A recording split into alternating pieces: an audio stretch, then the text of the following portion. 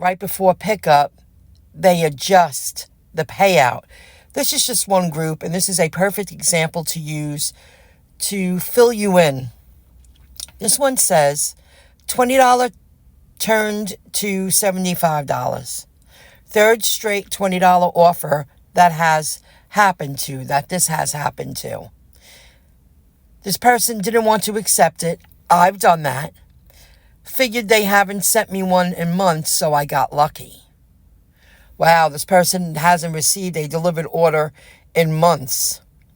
Then it says, Delivered sent an order for today from Firehouse Subs, and the projected earning is $20, except within 5 minutes. That's happened to me. Then it says, your delivered order has been updated. The projected earning is now $75. I've noticed that with Delivered a few times. It wasn't worth the money. $10 tip. I turned down 5 orders for tomorrow already. And it's because it's not logical. It don't make any sense for me. Comac, Port Jefferson, Setauket, out there. That's 30 to 40 miles one way. And they're saying they're $20 and $30 offers. Maybe they're not. I just turned down one, a North Merrick pickup, but it's to a Queens drop-off, and the tip was $10. And the base fee was $17.50, but it was only, see? I should have taken a screenshot, but it was only $275 worth of food, subtotal. So that's probably going to be an adjusted tip. But it's 25 miles away from the pickup, I have to drive to the pickup, then drive to the drop-off, and then drive home. That's a lot of miles for one delivery for me. Maybe someone else would want to do that. I bet you that's what's going on. They adjust the tips afterwards because I go, is it worth the chance just for 20 or 30 bucks? That's a lot of time out of my life. That's a lot of energy. That's a lot of gas used. That's a lot of miles. Why don't you just tell me straight up? So I wish they didn't hide we're going to adjust the tip. That's really going to be a $60 payout. They probably would get me for half the orders they send me. But if I have to take a chance, and I think I'm only going to earn 20 bucks, that's a lot of energy, a lot of time to complete a delivery, miles, gas, in the hopes of 20 bucks. So I'm at the second pickup. It's 12:15. I'm going to get ready, get inside. I already have the bags to wrap up the liquidy food because this is going to be a big order. I'm going to bring my cart in. I parked right near the ramp so I could just roll it down, bring the food, use the cart to bring the food to my car. And then I'm going to head to the Coliseum, and that's a big delivery. So here we go. It's a $90-something payout. That's great. See, something like this boggles me. This was for today. East Islip pickup, Westbury drop-off. That's 25.3 miles from the pickup to drop-off. Do you see the earnings? $6.99. I've seen this before. So it makes me wonder, will they add more tip or more base pay? Who would do that, complete this delivery for $7? This isn't bad. This is just over $700 worth of food from the guac shop. I've delivered more than this, so I got lucky. And I'm delivering it to Gate 5 at the Coliseum.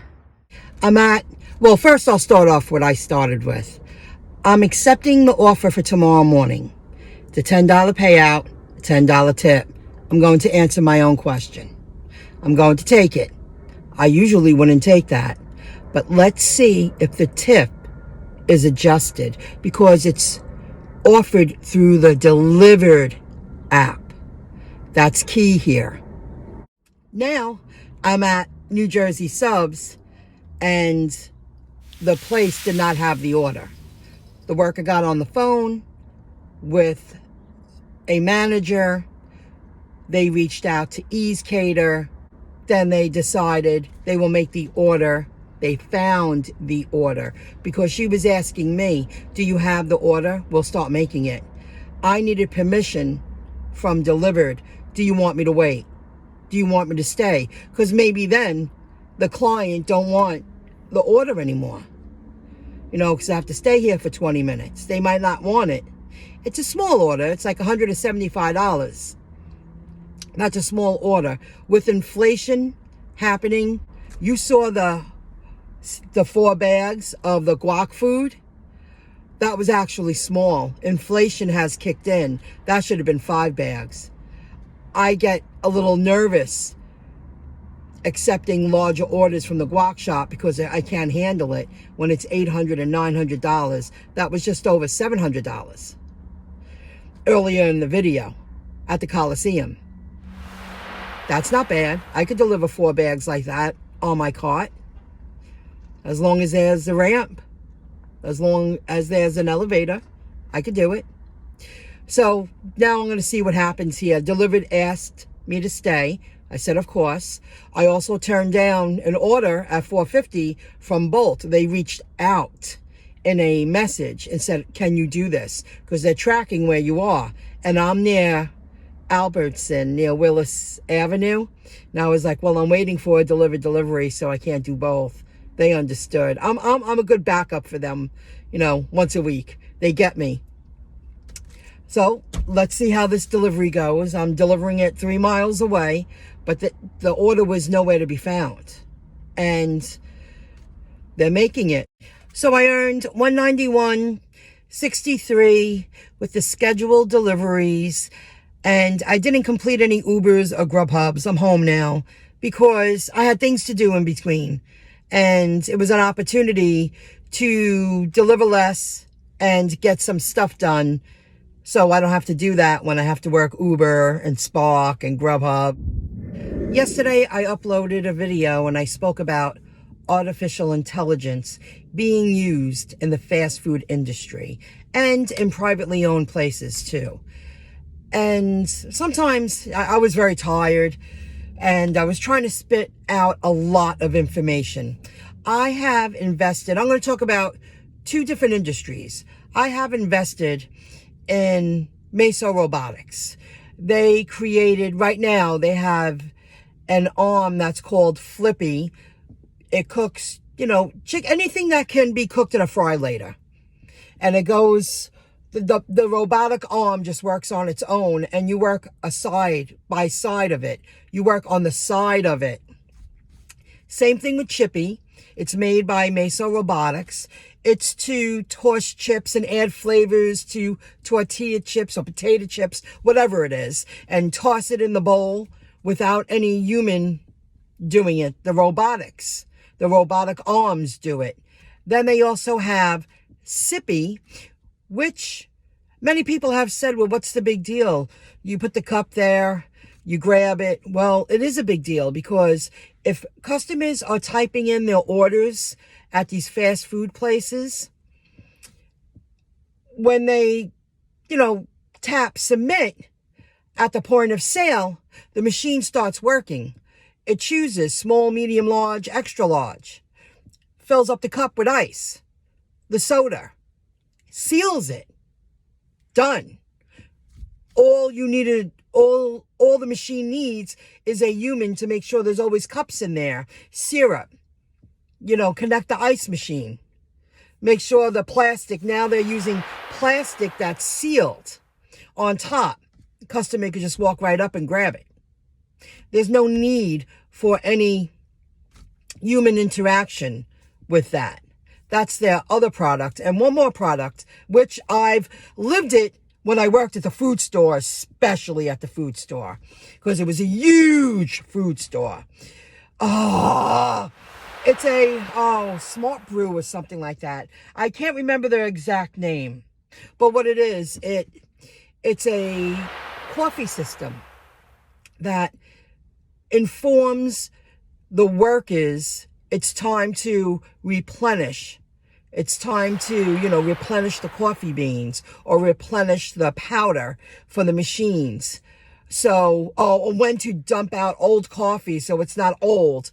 When you are manually doing something like that, especially in a huge store, and you have to go in the back room and get bags of stuff, and customers wait, and you wait until you're told the coffee's old, the machine's empty, or the cappuccino, whatever it is, the hot chocolate. But you get what I mean. I forget the exact name of it. It's a system to never let the coffee, hot chocolate, or teas, whatever it is, never have it get old. Tell staff when it's about to run out, and that's less time that customers are waiting, because you can lose a lot of business with that. Or you can lose a lot of money if you're, selling $3 cup of coffees and hot chocolates from a machine. And I think it's called Smart Brew or something. I just can't remember off the top of my head. But that's the wave of the future with the Meso robotics. They also have one other thing, but those are the four focused on. And because we are picking up from these fast food places, I see the change. There will be less workers. The workers, I feel, that are working in those kind of fast food industries, they're going to be the next generations of servers, in my opinion. Back end kitchen help, servers, bus people. I mean, even look at the bar industry in the restaurants. You have measurements now. You have machines preparing half the drinks, and you have a skilled bartender, topping things off and following a recipe. Nothing's done manually like a chef. Starts with that first ingredient and, starts preparing and producing an amazing product, a great special or something like that. It's those kind of jobs, they're going to be cut in half. They really are. I see it when you go to a diner. The last time I went to a diner, they had a machine, point of sale right in their hand. There's no more do pads. There's no an extra step, go to the register, plug it in. I learned writing it down, figuring out the tax. I was the tail end of that generation. And then I was trained to enter orders into a computer system. And I did that for years, and then I didn't waitress anymore. Now, the next step is at the table, at point of sale. These 4 people are ordering, we're plugging it in right here. The server does not have to walk to another area, look at his notes or her notes, and type it all in. That's technology. You got to get ahead of it. And I really do feel Meso robotics. I mean, I took a chance. And I was someone with no knowledge of investing, and I keep getting better and better and educating myself. Financial education. It really is true. You just have to get ahead of technology and wait it out. Patience. And I feel Meso robotics will be either bought out or go IPO. That's how I see it. I don't see it going to zero. I don't see losing my money. I might not get a return on my investment for a few more years. But I feel in my 60s, 4.5 years down the line, 5 years, I believe so. Absolutely. And I see the change happening. I can't wait to walk into a place and see robotic arms flipping nuggets, flipping French fries. I mean, 75% of the job is done, and then the work is grab it and put it in the bags and, get it ready for pickup. That's going to wipe out a lot of jobs. Next, I'll talk about this in another video. I'm giving modern technology, evolving technology, a try. I'm going for a new procedure for my knees, and it's all technology. I don't want cortisone shots, and I want a procedure that maybe I have to go one more time in the future. I don't want a treatment that needs to be done every week or every 2 weeks. And I'm giving it a go. And what it is, it's these pulsing waves that I'm having 3.5 intervals, treatments on each knee. And it's regrowing all the worn out equipment in my knees. I have two spots, they're mirrored on my knees, circles. And it became debilitating again, and it was really holding me back. I already feel better, and I've had 2 treatments. Well, that wipes out medication, that wipes out cortisone shots, that wipes out operations, that wipes out a lot of money being spent trying to make me feel better. Going down an alternative route of healing myself. And I do feel better already. And I'm going through all the different stages of healing. And I have 3 more treatments in the next 2.5 weeks. So that's just another, example of technology. I mean, you could invest in that. Whatever that industry is, you're going to get ahead and invest and wait, because there will be more.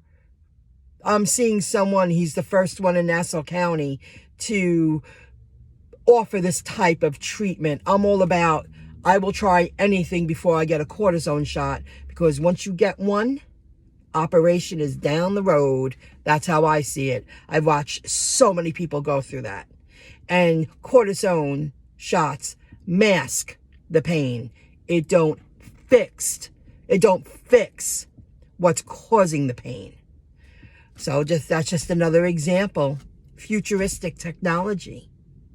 Okay, this video got long, but I saved this part for the end because not everyone wants to hear that, but a lot of gig workers want to learn about what's going on in the field with the evolving